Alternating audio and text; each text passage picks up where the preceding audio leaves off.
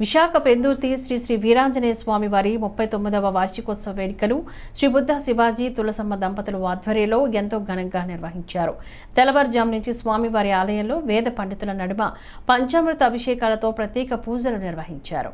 ఈ సందర్భంగా ఆలయ ధర్మకర్త బుద్ధ శివాజీ మాట్లాడుతూ పెందుర్తి పాత గవర్నమెంట్ హాస్పిటల్ ఎదురుగా కొలువై ఉన్న శ్రీ వీరాంజనేయ స్వామి వారి ఆలయ వార్షికోత్సవ వేడుకలు గ్రామ పెద్దలు మరియు దాతల సహాయంతో ఎంతో ఘనంగా నిర్వహిస్తున్నామని ఆయన తెలిపారు. భక్తులు కోరిన కోరికలు తీర్చే ఆరాధ్య దైవం శ్రీ వీరాంజనేయ స్వామిని ఆయన అన్నారు. వార్షికోత్సవ వేడుకలో భాగంగా సోమవారం మధ్యాహ్నం 12 గంటలకు అన్న సమారాధన కార్యక్రమాన్ని నిర్వహించామని తెలిపారు. ఈ కార్యక్రమంలో భక్తులు 50 మంది స్వామివారిని దర్శించుకుని గ్రామ ప్రజల భక్తుల తీర్థ ప్రసాదాలను వారు స్వీకరించారు.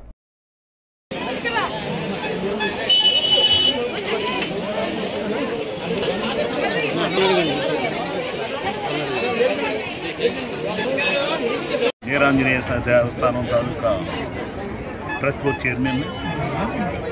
ఇది మన హాస్పిటల్ దగ్గర పెందుర్తి హాస్పిటల్ దగ్గర స్థాపించి నేటికి 39 సంవత్సరాలు అయింది.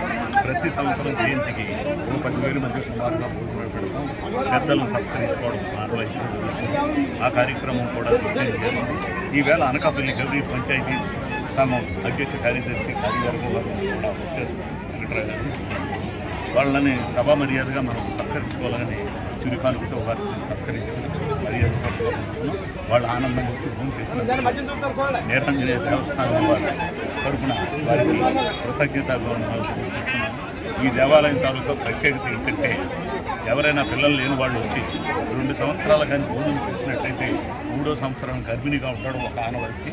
ఇది ఇక్కడ ప్రత్యేకత. మీరు చాలామంది చూస్తుంటే గర్భిణీ స్త్రీలు కూడా వస్తారు ఇక్కడికి. అటువంటిది కాక ఇంకా ఏమైనా కార్యక్రమాలు అవ్వాలని మనస్ఫూర్తిగా కోరుకున్న వాళ్ళు వస్తారు.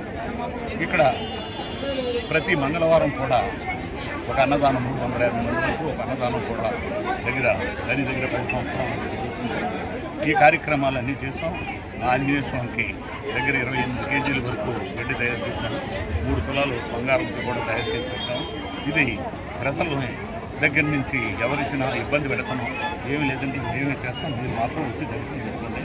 టికెట్ అవసరం లేదు, హుడ్డీ లేని అవసరం లేదు, నీరు మామటగా చెప్తున్నాం. అందువల్ల మాకు పూర్తిగా ఈ ప్రాంత ప్రజలందరూ సహకరించారు. వాళ్ళ కోరిక మన్నించి మేము కూడా ఎవరైనా భాగస్వాములు అవుతారంటే ప్రతి మంగళవారం నాడు భోజనాల్లో ఖాళీ అమ్మనే చెప్తాం. లేదంటే దానికి లేదు. మాకు ఆ ఖాళీ ఉన్న టైం అంతా మాది, లేనప్పుడు ఆ కార్యక్రమం ముఖ్యంగా జరుగుతుంది. ఈ దేవాలయానికి అందరూ మిత్రులే, ఎవరు కాదు. ఈ ఏరియా ఉన్న గలమలు వాళ్ళు ఈ దేవాలయాన్ని చూసుకొని ఉంటారు. మేము ఇప్పుడే మంగళవారం రోజు వస్తాం. ఏదో హనుమాన్ జయంతి దేవుడి ఉత్సవాల్లో వస్తాం.